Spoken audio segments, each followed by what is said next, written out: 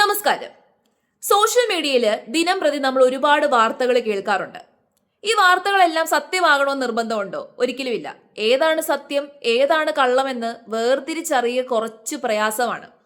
മിക്കപ്പോഴും നമ്മൾ സത്യമാണ് എന്ന് കരുതി വിശ്വസിക്കുന്നത് പലതും ഫേക്ക് ന്യൂസുകളായിരിക്കാം, ഫേക്ക് സ്റ്റോറീസ് ആയിരിക്കാം. പലരും ക്രിയേറ്റ് ചെയ്തിട്ടുള്ള ഫേക്ക് സ്റ്റോറീസ് ഫേക്ക് ആണെന്ന് കരുതുന്നത് ചിലപ്പോൾ സത്യമാകാനും സാധ്യതയുണ്ട്. അതുകൊണ്ട് ആരെ നമ്മൾ വിശ്വസിക്കും?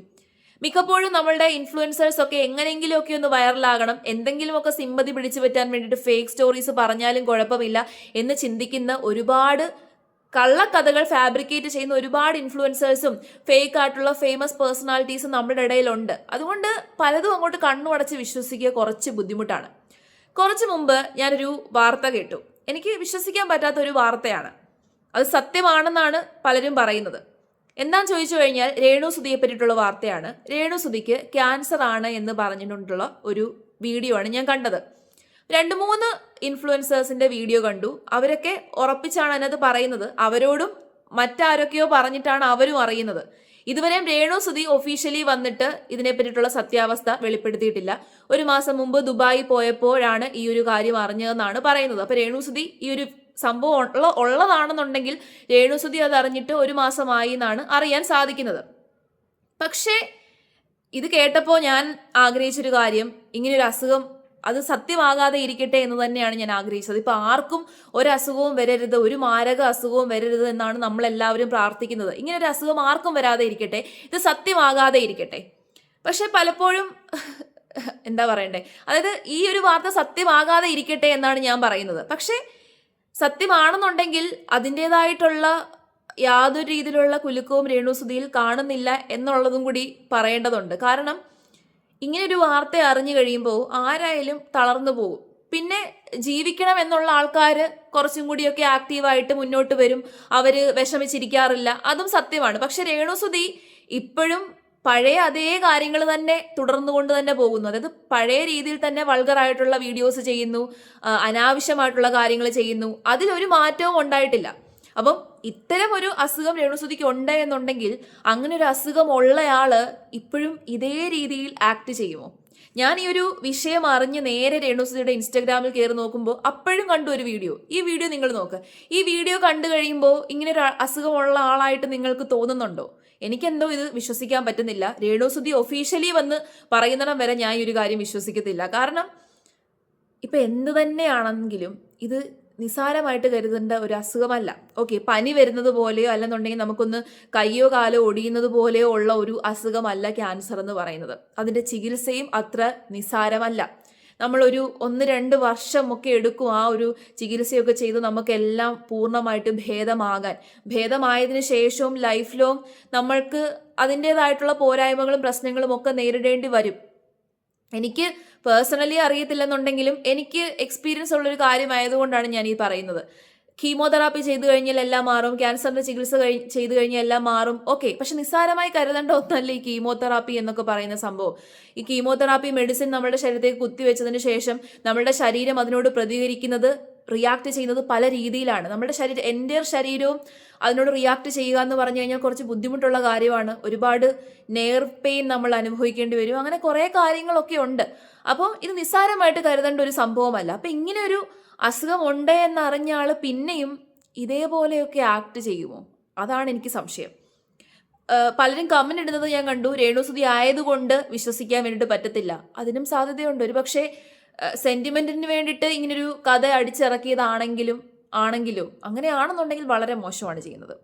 അത് രേണുസുധി അറിഞ്ഞുകൊണ്ട് ചെയ്തതാണെന്നുണ്ടെങ്കിൽ അത് വളരെ മോശമാണ്. ഇനി അങ്ങനെയാണെന്നുണ്ടെങ്കിൽ രേണുസുധിക്ക് ഒരു കുഴപ്പവും വരാതെ ഇരിക്കട്ടെ എന്നേ ഞാൻ പ്രാർത്ഥിക്കുന്നുള്ളൂ. കാരണം ഇങ്ങനെ ഒരു അസുഖം ആർക്കും വരാതെ ഇരിക്കട്ടെ. അത് വരുന്നവർക്കും അവരുടെ ഫാമിലിക്കും ഭയങ്കര ബുദ്ധിമുട്ടുകളാണ്. ത്രൂ ഔട്ട് അവർ ഒരുപാട് കാര്യങ്ങൾ എക്സ്പീരിയൻസ് ചെയ്യേണ്ടി വരും. പക്ഷേ എന്തോ എനിക്ക് ഈ സോഷ്യൽ മീഡിയയിൽ ഇങ്ങനെ ഒരു വാർത്ത വന്നപ്പോൾ ഇതെനിക്ക് വിശ്വസിക്കാൻ പറ്റത്തില്ല. ഇത് സത്യമാണോ കള്ളത്തരമാണോ? ഞാൻ പറഞ്ഞല്ലോ, രേണുസുധി ഒഫീഷ്യലി വന്ന് പറയുന്നിടം വരെ ഇത് സത്യമാണെന്ന് ഞാൻ വിശ്വസിക്കുന്നില്ല. കാരണം അവരെ കണ്ടിട്ട് അവരുടെ പ്രവൃത്തി കണ്ടിട്ട് എനിക്ക് അങ്ങനെ തോന്നുന്നില്ല. കുറച്ച് ദിവസം മുമ്പ് വരെ സബ്സ്ക്രിപ്ഷനിൽ മുഴുവനായിട്ട് വൾഗറായിട്ട്, അതായത് സ്വന്തം ശരീരം പ്രദർശിപ്പിക്കുന്നു. ഓക്കെ, നമ്മൾ ജീവിക്കാൻ വേണ്ടിയിട്ട് എന്ത് കാര്യവും ചെയ്യും. പക്ഷേ ഇത്തരം ഒരു അസുഖം ഉണ്ട് എന്നറിയുന്ന ആള് എത്രയും പെട്ടെന്ന് അതിനു വേണ്ടിയിട്ടുള്ള ചികിത്സിക്കാൻ വേണ്ടിയിട്ടുള്ള കാര്യങ്ങളല്ലേ ചെയ്യുന്നത്. എത്രയും പെട്ടെന്ന് എന്താണ് വേണ്ടതെന്ന് ചെയ്യും. അത് എല്ലാ മനുഷ്യന്മാർക്കും ജീവിക്കാൻ കൊതിയുള്ളവർ തന്നെയാണ് എല്ലാ മനുഷ്യന്മാരും. നമുക്കൊരു വയ്യാഴിക വരുമ്പോൾ നമ്മൾ എന്ത് ചെയ്യും? നമ്മൾ അതിന് വേണ്ടിയിട്ട് ചികിത്സിപ്പിക്കാൻ വേണ്ടിയിട്ടുള്ള കാര്യങ്ങൾ ചെയ്യും. അതിപ്പോൾ എത്ര പൈസയാണെന്നുണ്ടെങ്കിലും നമ്മുടെ കയ്യിൽ ഇല്ലെന്നുണ്ടെങ്കിൽ മറ്റുള്ളവരുടെ അടുത്ത് എരന്നാണെങ്കിലും ചികിത്സിപ്പിക്കുന്ന ഒരുപാട് ആൾക്കാരുണ്ട്. അതിന് വേണ്ടിയുള്ള കാര്യങ്ങൾ ചെയ്യും. നമ്മൾ ഒരിക്കലും അഹങ്കരിച്ച് നടക്കാറില്ല. പിന്നെയും അഹങ്കാരത്തോടു കൂടി സോഷ്യൽ മീഡിയയിൽ വന്ന് അനാവശ്യമായിട്ടുള്ള വീഡിയോസ് പോസ്റ്റ് ചെയ്യത്തില്ല. അനാവശ്യമായിട്ട് നമ്മൾ ആരെയും തെറി വിളിക്കാൻ പോകത്തില്ല. വൾഗറായിട്ട് നമ്മളെ തന്നെ ചിത്രീകരിക്കത്തില്ല. പക്ഷെ രേണുസുതി still she's doing the same thing. അതുകൊണ്ട് തന്നെ എനിക്ക് വിശ്വസിക്കാൻ പറ്റുന്നില്ല. അതാണ് ഞാൻ പറഞ്ഞത്. പക്ഷേ അവർക്ക് അങ്ങനെയൊന്നും വരാതിരിക്കട്ടെ. എന്ത് തെറ്റ് ചെയ്തു, എന്ത് മോശമായിട്ട് പ്രവർത്തികൾ കാണിച്ചു എന്ന് പറഞ്ഞു കഴിഞ്ഞാൽ ഒരു മനുഷ്യനും ഇങ്ങനെ ഒരു അസുഖം വരാതിരിക്കട്ടെ എന്ന് ഞാൻ പ്രാർത്ഥിക്കുന്നു. പൂർണ്ണമായിട്ട് നമുക്കിതൊന്നും വിശ്വസിക്കാൻ പറ്റത്തില്ല. പൂർണ്ണമായിട്ടും ഞാനും വിശ്വസിക്കുന്നില്ല. പിന്നെ അങ്ങനെയാണെന്നുണ്ടെങ്കിൽ രേണുസുതിയോട് എനിക്ക് പറയാനുള്ളത്, ഇനിയെങ്കിലും ഒന്ന് പഠിക്കുക. ഇതിൽ നിന്നൊക്കെ നമ്മൾ മനസ്സിലാക്കുക. നമുക്ക് ദൈവമായിട്ട് കുറേ കാര്യങ്ങൾ കുറേ എക്സ്പീരിയൻസിലൂടെ നമ്മളെ കടത്തിവിടും.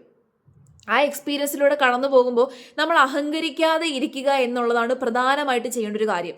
ഇത്തരം ഒരു കാര്യം നമുക്ക് വരും, ഓക്കെ, നമുക്ക് മുന്നോട്ട് ജീവിച്ചേ പറ്റത്തുള്ളൂ.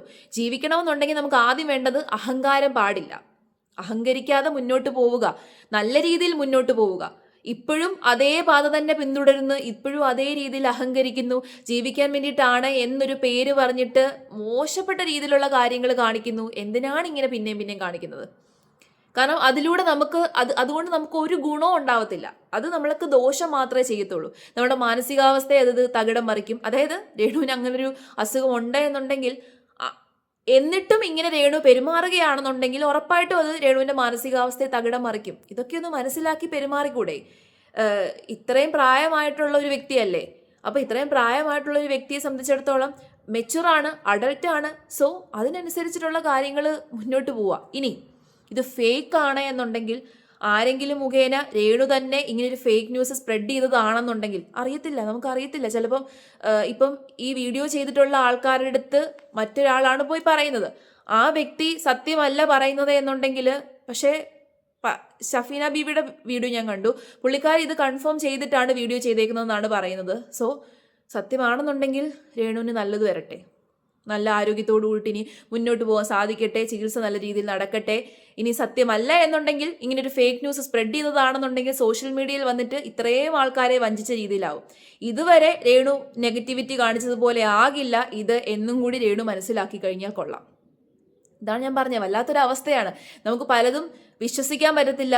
ഏതാണ് സത്യം ഏതാണ് കള്ളം എന്ന് പൂർണ്ണമായിട്ടും പറയാൻ പറ്റാത്തൊരവസ്ഥയാണ്. ഇനി രേണു തന്നെ മുന്നോട്ട് വന്നിട്ട് എന്താണ് രേണുവിന് പറയാനുള്ളത് എന്ന് പറയാതെ 100% ഈ ഒരു കാര്യം വിശ്വസിക്കാൻ കുറച്ച് ബുദ്ധിമുട്ടാണ്. എല്ലാവരും അത് തന്നെയാണ് പറയുന്നത്. കാരണം ഇതിനു മുമ്പ് പബ്ലിസിറ്റിക്ക് വേണ്ടിയിട്ടും വൈറലാകാൻ വേണ്ടിയിട്ടും ഒരുപാട് നെഗറ്റിവിറ്റി രേണുവായിട്ട് തന്നെ സ്പ്രെഡ് ചെയ്തിട്ടുണ്ട്. അതുകൊണ്ട് നമുക്ക് പൂർണ്ണമായിട്ടും പറയാൻ പറ്റത്തില്ല.